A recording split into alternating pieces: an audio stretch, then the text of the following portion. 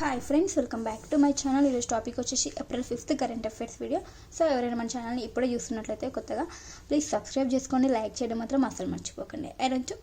ఈరోజు first topic వచ్చేసి చాలా ఇంపార్టెంట్ టాపిక్, పాలిటీది.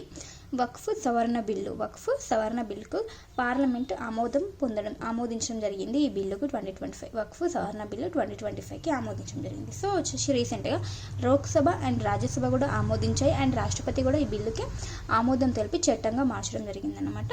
సో గుర్తుంచుకోండి, లోక్సభలో వచ్చేసి ఏప్రిల్ 2న, రాజ్యసభలో వచ్చేసి ఏప్రిల్ 3న ఈ వక్ఫ్ సవరణ బిల్లు ఏదైతే ఉందో దాన్ని ఆమోదించడం జరిగింది.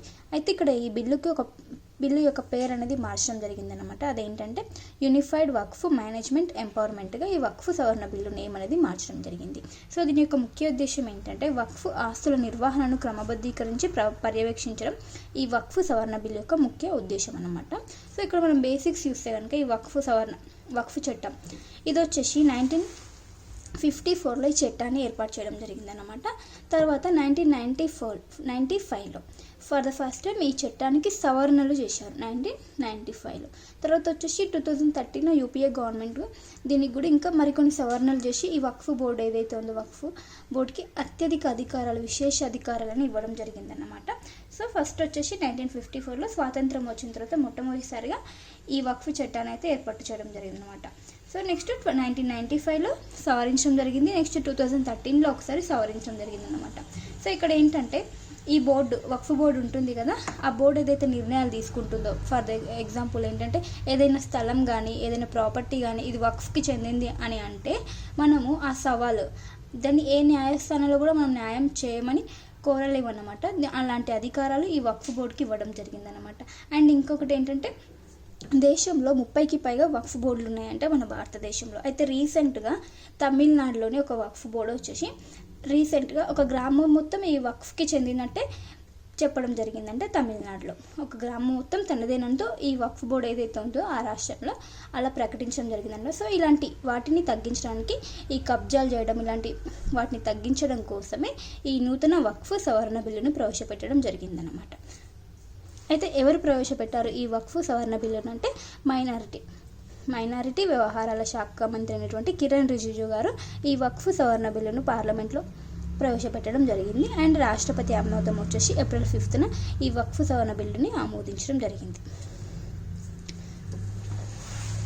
Next current affair, doctor Babu Jagjivan Rao జయంతి ఏప్రిల్ 5న వచ్చేసి డాక్టర్ బాబు జగ్జీవన్ రావు జయంతిని జరుపుకుంటాము. సో ఇది వచ్చేసి 118వ జయంతి అన్నమాట. ఈయన వచ్చేసి భారత మాజీ ఉప ప్రధాని అండ్ స్వాతంత్ర సమర యోధుడు, నెక్స్ట్ సంఘ సంస్కర్త, కార్మిక పక్షపాతి.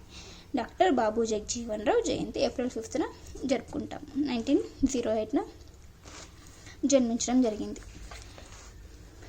Next current affair, vibrant villages programme 2 ఇది వచ్చేసి 2వ దశ అనమాట. సో ఫస్ట్ వచ్చేసి ఉత్తర సరిహద్దు గ్రామాల అభివృద్ధి కోసం ఈ ఫస్ట్ వైబ్రెంట్ విలేజెస్ ప్రోగ్రామ్ అనేది చేయడం జరిగిందనమాట. సో ఇప్పుడు ఇక్కడ చూస్తే కనుక ఈ వైబ్రెంట్ విలేజెస్ ప్రోగ్రామ్ అంటే ఏంటి అంటే దేని కొరకు ఈ ప్రోగ్రామ్ అంటే గ్రామాలు, భారతదేశంలోని అంతర్జాతీయ సరిహద్దు కలిగినటువంటి గ్రామాలు ఉంటాయి కదా, సో వాటి యొక్క అభివృద్ధి కొరకే ఈ వైబ్రెంట్ విలేజెస్ ప్రోగ్రామ్ అనేది పనిచేస్తుందన్నమాట, అంతర్జాతీయ సరిహద్దు కలిగిన గ్రామాలకు. సో రీసెంట్గా వైబ్రెంట్ విలేజెస్ ప్రోగ్రామ్కి కేంద్రం ఆమోదించడం జరిగింది అండ్ కొంత అమౌంట్ను కూడా కేటాయించడం జరిగింది అనమాట. 6,839 కోట్లు ఈ ప్రోగ్రామ్కి కేటాయించడం జరిగింది. సో ఈ ప్రోగ్రామ్ వచ్చేసి 2028-29 ఆర్థిక సంవత్సరం వరకు ఈ వైబ్రెంట్ విలేజెస్ ప్రోగ్రామ్ అనేది అమల్లోకి ఉండబోతుంది. దేనిలో భాగంగా దీన్ని ఇంప్లిమెంట్ చేస్తున్నారంటే వికసిత్ భారత్ 2047లో భాగంగా ఈ ప్రోగ్రామ్ని ఇంప్లిమెంట్ చేస్తున్నారు. అయితే ఇప్పుడు ఈ వైబ్రెంట్ విలేజెస్ ప్రోగ్రామ్ వచ్చేసి 15 రాష్ట్రాలు మరియు 2 కేంద్రపాలిత ప్రాంతాల్లో ఇప్పుడు ప్రజెంట్ అమల్లో చేస్తుంటారు. అయితే ఫస్ట్ వైబ్రెంట్ విలేజెస్ ప్రోగ్రామ్ అని చెప్పాను కదా, అది వచ్చేసి ఉత్తర సరిహద్దు గ్రామాల ఫస్ట్ అది వచ్చేసి ఉత్తర సరిహద్దు గ్రామాలు ఉంటాయి, వాటి కోసం అభివృద్ధి చేయడం కోసం ఈ VVP-1 అనేది ప్రవేశపెట్టడం జరిగింది. ఇప్పుడు సెకండ్ ప్రోగ్రామ్ వచ్చేసి మిగిలిన ఈ ఉత్తర సరిహద్దు గ్రామాలు కాకుండా మిగిలిన గ్రామాలు ఏవైతే ఉంటాయో అంతర్జాతీయ సరిహద్దును పంచుకునే గ్రామాలు, వాటి కోసం ఇప్పుడు వైబ్రెంట్ విలేజెస్ ప్రోగ్రామ్ 2ని ఇంప్లిమెంట్ చేస్తారు. సో గుర్తుంచుకోవాల్సింది ఇక్కడ ఏంటంటే వైబ్రెంట్ విలేజెస్ ప్రోగ్రామ్ అంటే ఏంటంటే భారతదేశంలో అంతర్జాతీయ సరిహద్దు కలిగిన గ్రామాల సమగ్ర అభివృద్ధి కొరకు ఈ ప్రోగ్రామ్ వర్క్ చేస్తుంది. Next current affair, MRSAM medium range surface to air క్షిపణి పరీక్ష అనేది విజయవంతంగా పరీక్షించడం జరిగింది DRDO డిఫెన్స్ సంస్థ. DRDO ఈ MRSAM అనే క్షిపణిని విజయవంతంగా పరీక్షించింది. ఎక్కడ నుండి ప్రయోగం జరిగింది అంటే ఒడిషా రాష్ట్రంలోని డాక్టర్ APJ అబ్దుల్ కలాం ద్వీపం నుండి ఈ క్షిపణిని పరీక్షించడం జరిగింది. సో దీన్ని తయారు చేసిన సంస్థలు ఏంటంటే DRDO and Israel aerospace industries, ఈ రెండు కలిసి సంయుక్తంగా ఈ క్షిపణిని అభివృద్ధి చేయడం జరిగింది. సో అండ్ ప్రయోగించిన పరీక్ష కూడా విజయవంతంగా సక్సెస్ఫుల్ అవ్వడం జరిగింది. నెక్స్ట్ కరెంట్ అఫైర్, మిత్ర విభూషణ. ఇది ఏ దేశం యొక్క గౌరవమైన పురస్కారం అంటే శ్రీలంక దేశానికి చెందిన పురస్కారము మిత్ర విభూషణ. సో ఈ పురస్కారాన్ని ఎవరికి ఇవ్వడం జరిగింది అంటే మన భారతదేశ ప్రధాని అయినటువంటి నరేంద్ర మోడీ గారికి ఈ మిత్ర విభూషణ అనే పురస్కారాన్ని ఇవ్వడం జరిగింది. సో ఈ పురస్కారంతో కలుపుకొని ఇప్పుడు ప్రధాని గారికి 22 విదేశీయులు ఇచ్చిన పురస్కారాలు అనేవి 22కి చేరడం జరిగింది సంఖ్య. మిత్ర విభూషణతో టోటల్గా ఎన్ని పురస్కారాలు రావడం జరిగింది ప్రధాని గారికి అంటే 22 పురస్కారాలు. సో రీసెంట్గా శ్రీలంక పర్యటనలో భాగంగా ఈ మిత్ర విభూషణ అనే పురస్కారాన్ని ఇవ్వడం జరిగిందనమాట. అండ్ అదేవిధంగా శ్రీలంకలో జరిగిన పర్యటనలో భాగంగా కొన్ని ఒప్పందాలు అనేవి ఇరు దేశాల మధ్య జరిగినాయి. సో ఆ ఒప్పందాలు ఏంటంటే ఏ రంగాలలో ఈ ఒప్పందాలు జరిగినాయంటే defence, energy, digital infrastructure and health, trade, వీటికి సంబంధించి ఇరు దేశాల మధ్య భారత్ అండ్ శ్రీలంక మధ్య ఒప్పందాలు అనేవి జరిగినాయి. సో ఇప్పుడు ప్రజెంట్ శ్రీలంక యొక్క ప్రధానమంత్రికి ఎవరు వర్క్ చేస్తున్నారంటే అసరకుమార దిశనాయక వచ్చేసి శ్రీలంక ప్రైమ్ మినిస్టర్గా వర్క్ చేస్తున్నారు. Next current affair, inter parliamentary union IPU assembly 150వ వార్షికోత్సవ సదస్సు అంట. ఇది ఎక్కడ జరుగుతుందంటే ఉజ్బెకిస్తాన్లోని తాష్కెంట్ వేదిక ఈ సదస్సు అనేది జరుగుతుంది. ఇంటర్ పార్లమెంటరీ యూనియన్ అసెంబ్లీ ఇది ఎన్నోది అంటే 150వది అంట. సో ఇక్కడ గుర్తుంచుకోండి ఎక్కడ జరుగుతుంది, ఏ తేదీన జరుగుతుంది. అయితే ఇక్కడ థీమ్ కూడా ఇవ్వడం జరిగింది దీనికి సదస్సుగా, parliamentary action for social development and justice వచ్చేసి థీమ్ అన్నమాట దీనికి. సో ఇక్కడ మనం IPU అనేది చూసాక ఎప్పుడు స్థాపించారంటే 1889 స్థాపించడం జరిగింది. హెడ్ క్వార్టర్ వచ్చేసి జెనీవా, స్విట్జర్లాండ్లోని జెనీవా వచ్చేసి దీనికి హెడ్ క్వార్టర్. అయితే ఇక్కడ మన భారత్ నుంచి ఎవరైనా ఇందులో పాల్గొంటున్నారంటే అన్ని దేశాలకి సంబంధించిన పార్లమెంటరీకి సంబంధించిన అధినేతలు అనేవారు ఇందులో పాల్గొంటారు. సో మన భారత్ నుంచి ఎవరంటే లోక్సభ స్పీకర్ అయినటువంటి ఓం బిర్లా గారు ఇందులో పాల్గొని ప్రసంగించబోతున్నారంట ఈ ఇంటర్ పార్లమెంటరీ యూనియన్ సదస్సులో. Next current affair, nomad capitalist passport సూచి, నోమడ్ క్యాపిటలిస్ట్ పాస్పోర్ట్ ఇండెక్స్ 2025కి ఏ సంస్థ రిలీజ్ చేసిందంటే నోమడ్ క్యాపిటలిస్ట్ అనే సంస్థ ఈ సూచిని రిలీజ్ చేయడం జరిగింది. సో దీని యొక్క హెడ్ క్వార్టర్ వచ్చేసి UAEలో ఉంది, యునైటెడ్ అరబ్ ఎమిరేట్స్. సో ఇందులో మన భారత్ యొక్క ర్యాంక్ చూస్తే కనుక ఈ 2025 ఇయర్కి 148వ ర్యాంక్లో ఉంది. లాస్ట్ ఇయర్ చూస్తే 147వ ర్యాంక్లో ఉంది. అంటే ఒక ర్యాంక్ అనేది పెరగడం జరిగింది కంపేర్ టు లాస్ట్ ఇయర్. 2024లో 147, 2025లో 148. టోటల్గా ఎన్ని దేశాలకి ర్యాంక్స్ అనేది ఇవ్వడం జరిగిందంటే 199 దేశాలకి ర్యాంక్స్ ఇచ్చారు. ఇందులో అమెరికా యొక్క పొజిషన్ ఏంటంటే 45వ స్థానంలో అమెరికా ఉంది. మరి టాప్లో ఏ కంట్రీస్ ఉన్నాయి అంటే ఐర్లాండ్, స్విట్జర్లాండ్ అండ్ గ్రీస్ వచ్చేసి టాప్లో ఉన్నటువంటి కంట్రీస్ అనమాట. ఏ సూచి, నోమడ్ క్యాపిటలిస్ట్ పాస్పోర్ట్ సూచి. నెక్స్ట్ కరెంట్ అఫైర్, గోల్డ్ కార్డ్ను ఆవిష్కరించిన డొనాల్డ్ ట్రంప్. రీసెంట్గా చాలా రోజుల నుంచి మనం వింటున్నాం గోల్డ్ కార్డ్ వీసా అన్నది ప్రవేశపెడతామన్నట్లు ట్రంప్ ప్రకటించడం జరిగింది. సో దాన్ని రీసెంట్గా ఆవిష్కరించారంట. ఇక్కడ ఏంటంటే ఈ గోల్డ్ కార్డ్ వీసా అనేది రావాలంటే, గోల్డ్ కార్డ్ని పొందాలంటే ఎంత మొత్తం అమౌంట్ అనేది చెల్లించాల్సి ఉంటుందంటే అమెరికాకి 43 కోట్ల రూపాయలని ఈ గోల్డ్ కార్డ్ కోసం వెచ్చించాల్సి ఉంటుంది. సో రీసెంట్గా ఆవిష్కరించడం జరిగింది ఈ గోల్డ్ కార్డ్ని. అండ్ మొదటి కొనుగోలుదారు ఎవరు, ఈ గోల్డ్ కార్డ్ ఎవరు కొనుగోలు చేశారంటే డొనాల్డ్ ట్రంప్ అమెరికా అధ్యక్షుడే ఈ గోల్డ్ కార్డ్ని ఫస్ట్ కొనుగోలు చేయడం జరిగిందన్నమాట. సో దేని స్థానంలో ఈ గోల్డ్ కార్డ్ను ప్రవేశపెడుతున్నారంటే EB5 వీసా అనే స్థానంలో ఈ గోల్డ్ కార్డ్ని ప్రవేశపెట్టడం జరుగుతుంది అనమాట. సో దీని యొక్క వర్త్ ఎంత, ఈ గోల్డ్ కార్డ్ వర్త్ అంటే 43 కోట్లు గుర్తుంచుకోండి. సో ఇక్కడ ధనవంతులైన విదేశీయులను ఆకర్షించడం కోసం ఈ గోల్డ్ కార్డ్ని తీసుకురావడం జరిగింది అమెరికా. నెక్స్ట్ కజకిస్తాన్లోని కరగండ అనే ప్రాంతంలో అరుదైన రేర్ ఖనిజాలు, రేర్ ఎలిమెంట్స్ అంటే అరుదైన ఖనిజాల యొక్క భారీ నిల్వలు అనేవి కనుగొనడం జరిగింది. అంటే ఇక్కడ కరగండ అనే ప్రాంతంలో, కజకిస్తాన్లోని కరగండాలు. సో ఇవి టోటల్గా ఎంత మొత్తంలో భారీ నిల్వలు ఉన్నాయి అంటే 10 లక్షల టన్నుల భారీ నిల్వలు అనేవి ఉండడం జరిగిందంట. సో ఈ ఏవైతే ఖనిజాలు ఉన్నాయో, రేర్ ఎలిమెంట్స్ ఏవైతే ఉన్నాయో అరుదైన ఖనిజాలు, వీటి యొక్క ఉపయోగం ఏంటంటే విద్యుత్ వాహనాలకు కానీ, సౌర ప్యానెళ్ళకు కానీ, విండ్ టర్బైన్లు అండ్ శుద్ధ ఇంధనం కోసం వీటి యొక్క ఉపయోగం చాలా ఉందంట, ఈ అరుదైన ఖనిజాల యొక్క ఉపయోగం. Next current affair, stand up India పథకం. ఈ పథకం వచ్చేసి ఎప్పుడు ప్రారంభమైందంటే April 5th ప్రారంభమైంది. 2016 2016 సంవత్సరంలో ఈ స్టాండప్ ఇండియా అనే పథకాన్ని ప్రారంభించారు. సో ఈ పథకాన్ని ఏ మంత్రిత్వ శాఖ ఆధ్వర్యంలో వర్క్ చేస్తుందంటే స్టాండప్ ఇండియా అనే పథకం కేంద్ర ఆర్థిక మంత్రిత్వ శాఖ ఆధ్వర్యంలో ఈ పథకం ఇంప్లిమెంటేషన్ అనేది జరుగుతుందన్నమాట. సో ఇందులో ఎవరు లబ్ధిదారులు, ఎవరి కోసం ఈ స్కీమ్ అంటే ఎస్సీ ఎస్టీ మరియు మహిళా వ్యాపారవేత్తలకు బ్యాంకులో ఆర్థిక సహాయం అనేది ఈ స్కీమ్ ద్వారా అందించడం జరుగుతుందంట.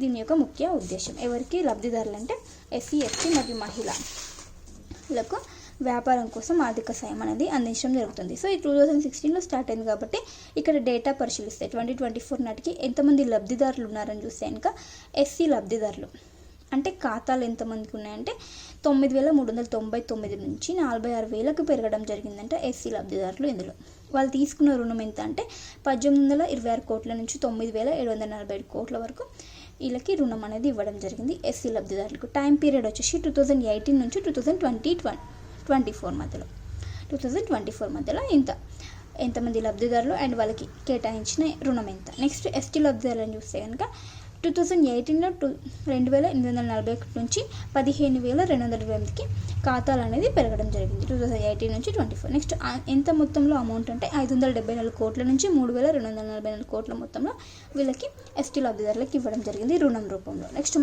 మహిళా వ్యాపారవేత్తలు అంటే ఇక్కడ వాళ్ళు వచ్చేసి 55,644 నుంచి 1,90,844 ఖాతాలు అనేవి మహిళా ఖాతాలు అనేవి పెరగడం జరిగింది 2018 నుంచి 2024 వరకు. సో వీరికి మొత్తం ఎంత అమౌంట్ అనేది కేటాయించడం జరిగింది రుణాల రూపంలో అంటే 12,452 కోట్ల నుంచి 43,984 కోట్లకి మొత్తంలో వీరికి అమౌంట్ అనేది కేటాయించడం జరిగింది రుణ రూపంలో. సో ఈ స్కీమ్ కింద ఎంత నుంచి ఎంతవరకు రుణం అనేది అందించడం జరుగుతుంది అంటే 10 లక్షల నుంచి 1 కోటి వరకు రుణం అనేది ఇవ్వడం జరుగుతుందంటే స్టాండప్ ఇండియా అనే పథకం ద్వారా. Next current affair, tigers out side tigers reserve. Tigers out side tigers reserve అనే ఒక కొత్త కార్యక్రమాన్ని ఎవరు స్టార్ట్ చేశారంటే పర్యావరణ మంత్రిత్వ శాఖ ఈ యొక్క కొత్త కార్యక్రమాన్ని స్టార్ట్ చేయడం జరిగిందనమాట.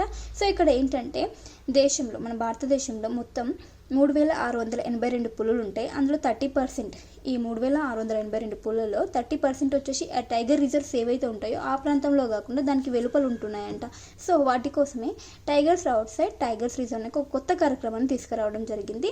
ఇందులో వచ్చేసి వాటికి రక్షణ కల్పించాలి. ఏవైతే అవుట్ సైడ్ ఉంటాయో టైగర్ రిజర్వ్లో కాకుండా, సంరక్షిత ప్రాంతంలో కాకుండా అవుట్ సైడ్ ఉంటాయో వారికి రక్షణ కల్పించాలి. నెక్స్ట్ వాటి యొక్క నివాసాన్ని నిర్వహించాలి. నెక్స్ట్ మానవ వన్యప్రాణి మధ్య ఘర్షణలు ఏవైతే అంటే మానవులకు నష్టం కలగకుండా నివారణ చర్యలు తీసుకోవాలన్నట్టు ఒక కార్యక్రమాన్ని పర్యావరణ మంత్రిత్వ శాఖ స్టార్ట్ చేయడం జరిగింది. సో దీనికోసం వచ్చేసి 2026-27 ఆర్థిక సంవత్సరం వరకు 176 కోట్లు అనేది కేటాయించడం జరిగింది tigers out side tigers reserve అనే కార్యక్రమానికి.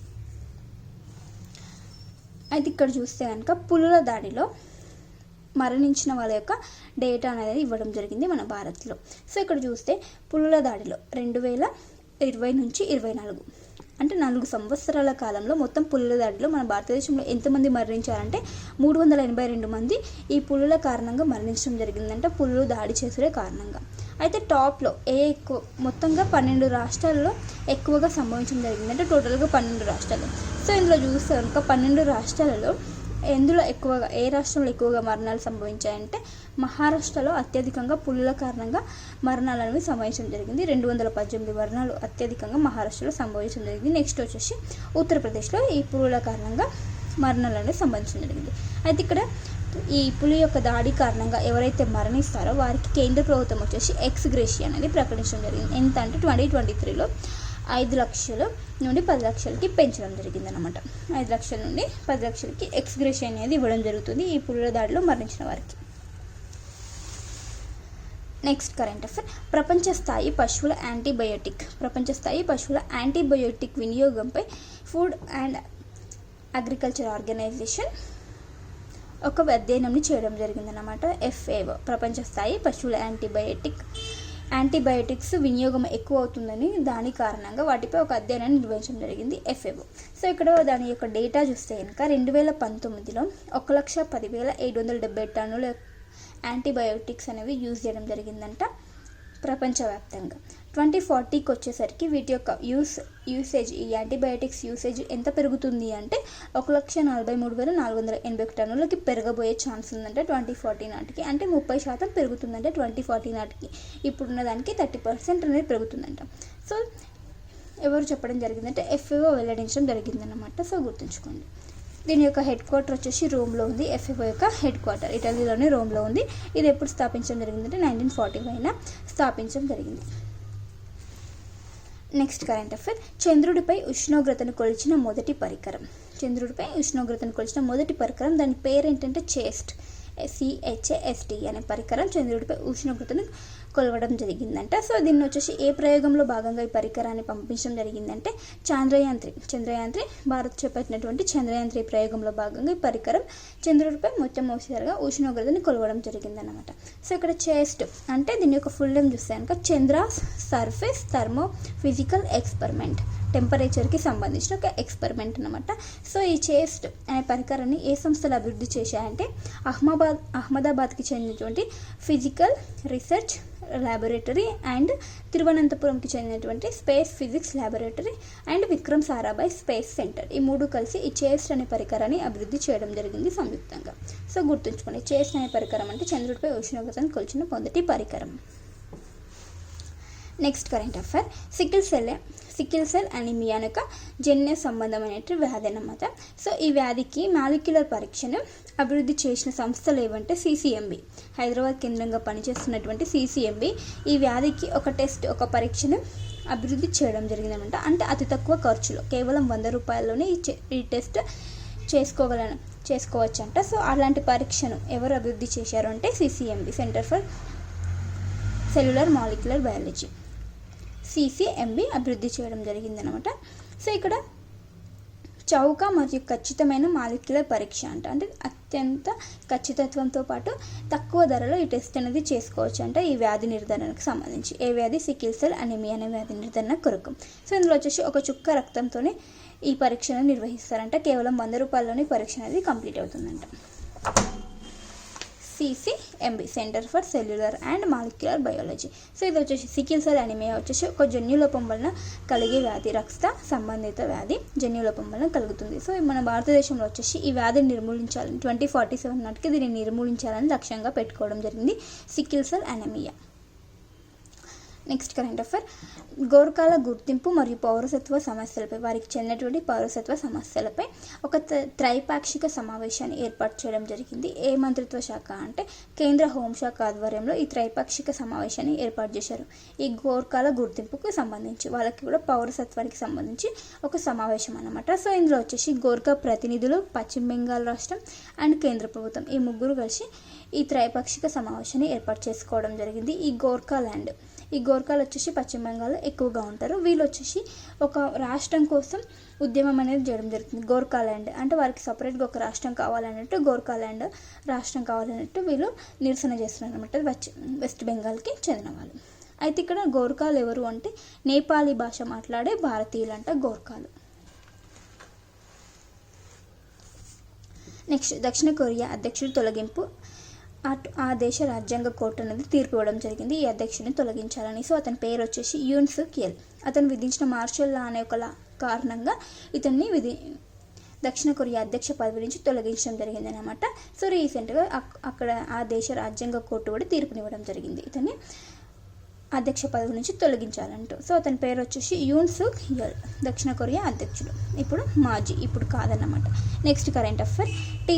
TSCPCR చైర్పర్సన్గా ఎవరిని నియమించారు అంటే కొత్తకోట సీతా దయాకర్ రెడ్డి TSCPCR చైర్పర్సన్గా నియమించడం జరిగింది. సో ఇక్కడ TSCPCR అంటే రాష్ట్ర బాలల హక్కుల పరిరక్షణ కమిషన్ అంటే చిల్డ్రన్స్కి చెందిన కమిషన్, బాలల హక్కుల పరిరక్షణ కమిషన్. ఇతని యొక్క పదవీ కాలం వచ్చేసి 3 సంవత్సరాల వరకు ఇతను పదవిలో ఉంటారు, లేదా 65 సంవత్సరాలు వచ్చేంత వరకు పదవిలో ఉంటారు. ఇది ఒక చట్టబద్ధమైన సంస్థ.